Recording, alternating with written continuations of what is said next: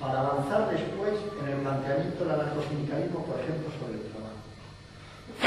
España, según el Instituto Nacional de Estadística, a julio del 2009, digo julio del 2009, pues son las últimas cifras publicadas por el Instituto Nacional de Estadística, jugamos con datos actuales, tiene 23 millones de trabajadores.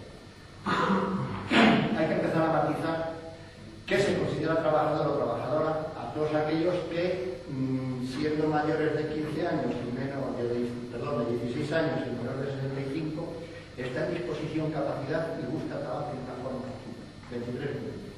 Con eso es condicionante. La población en España sabemos que son 46 millones de personas. De 46 a 23 tenemos otros 23. Pero hay que quitar unos 7 millones de estudiantes y otros 7 millones de jubilados. 14 millones. Todavía nos quedarían 8 millones de personas que no se les contabiliza como población activa, pero fundamentalmente es población femenina o amas de casa que están en su casa, que no se considera población activa, puesto que ni buscan trabajo de una forma activa, ni según el gobierno están en disposición de trabajar. Cosa que yo entiendo que es mentira. Bien, quitamos 8 millones que no contamos porque las estadísticas dicen que no se puede. Con eso. De los 23 millones de personas, oficialmente nos están diciendo que hay 4,2 millones de personas en paro, cosa que también es falso. ¿Por qué? Porque han entendido que para estar en paro tienes que formar parte de la población activa o ocupada en este caso. Y para formar parte de la población ocupada tienes que estar de una forma activa buscando trabajo. Pues bien, desde julio del 2008 a julio del 2009 se ha producido, por un lado, un incremento del paro en 1,8 millones de personas y un descenso de la población ocupada en 1,5 millones de personas. Ese 1,5 millones de personas que no se les considera ocupados, porque no buscan de una forma activa trabajo, tampoco se les considera parados. Forman parte de esos 8 millones que tampoco contamos. Y luego las estadísticas nos dan 4,2 millones de personas en paro. Pero también hay que tener en cuenta que en España el INE establece que una persona no está en paro si durante la semana de elaboración de la estadística de empleo ha trabajado al menos una hora. Bien, esto es jugar con las cifras como cada uno quiere. La realidad es, como se dice, la realidad es la que es. Y no se puede ocultar. Es decir, si en julio del 2008 a julio del 2009 ha habido 1,5 millones de personas que ya no están ocupadas, porque estaban entonces trabajando, hay que contarlos también como trabajadores.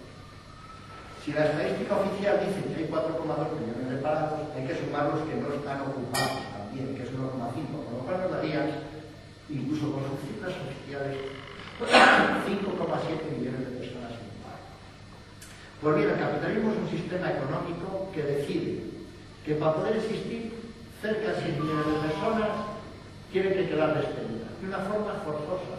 Y mi pregunta es, ¿de qué van a vivir esos 6 millones de personas? Cuando hay que tener en cuenta que en 1 millón de hogares, en 1,2 millones de hogares, no trabaja nadie es nadie, y que solamente cobran coberturas por desempleo 2,6 millones de personas. Y que incluso les ha llevado una gran discusión establecer unas ayudas de 420 euros para todos aquellos que ya no perciben ninguna retribución, que les ha costado un trabajo inmenso. Estamos hablando de lo del principio, la moralidad sobre la economía política y cómo consideran el mundo del trabajo.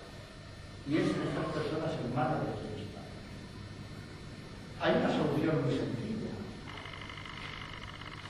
que es lo que plantea la CNT, la distribución del trabajo, el reparto del trabajo, el reparto de la riqueza. Trabajar todos, primero por justicia, por derecho, y después para trabajar menos.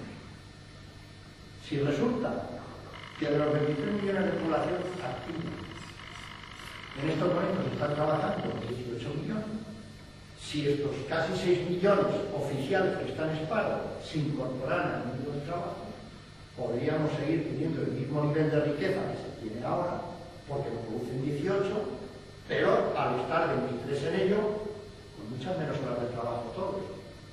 Y además todos con ingresos. Pues no. Forzosamente hay que dejar a 6 millones de personas en el paro, que ya veremos de qué viven.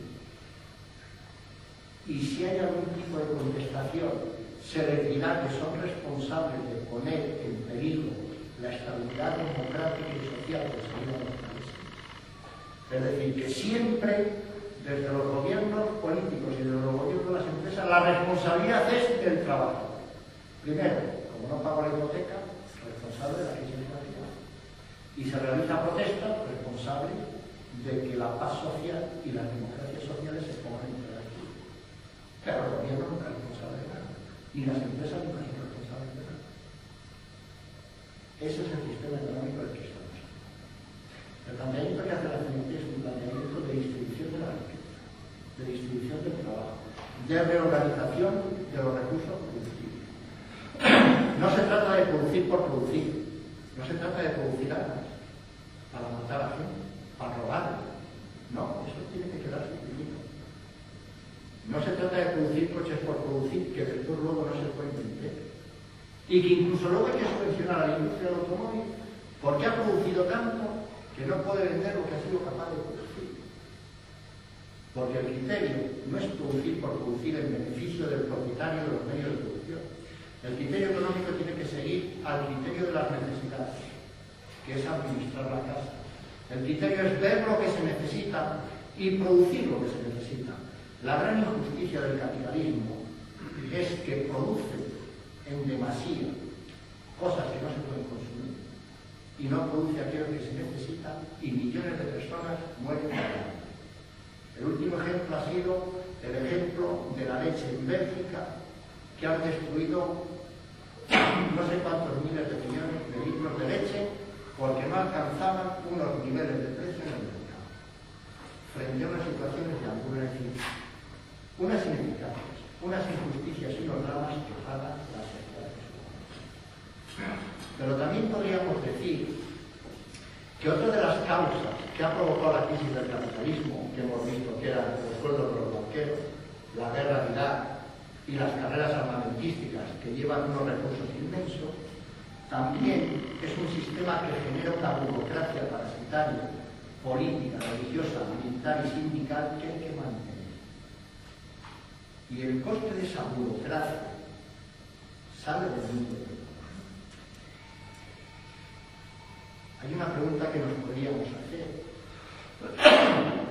¿Por qué a nivel mundial no ha habido grandes movilizaciones en contra de más de 100 millones de despedidos que se han producido por la crisis del capitalismo?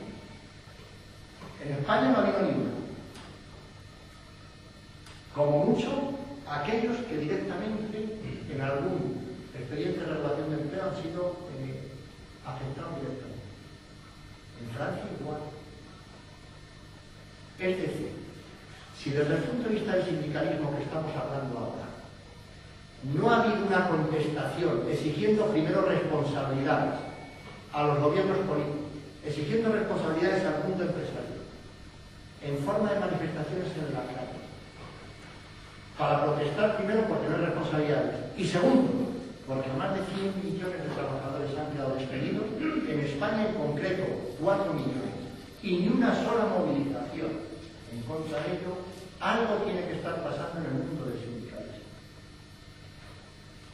Hemos visto que en el mundo de la política, el socialismo político ha sido embullido ya por la ideología del capitalismo y del Estado.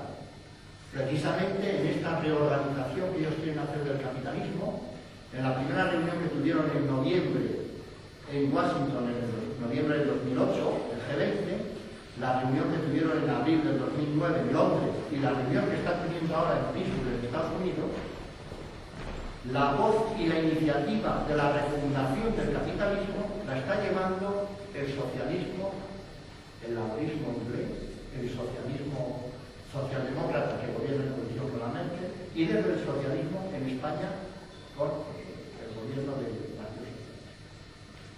Es decir, lo que era la vía del socialismo político forma parte de la estructura de poder del capitalismo. Y desde el sindicalismo ha ocurrido exactamente igual. Las burocracias sindicales que decían que había que estar en los centros de decisión y los centros de poder para cambiar el mundo del trabajo, quienes han sido engullidos por esas dinámicas han sido ellos. Por eso, como forman parte de la cogestión y de la gestión del capitalismo, no ha habido ni una sola movilización ni en España ni en el mundo en contra de estos despidos masivos y millonarios. Y ahí está entonces el planteamiento que como sindicalistas hacemos desde la CNT, que el sindicalismo tiene que ser una actuación de autoorganización del mundo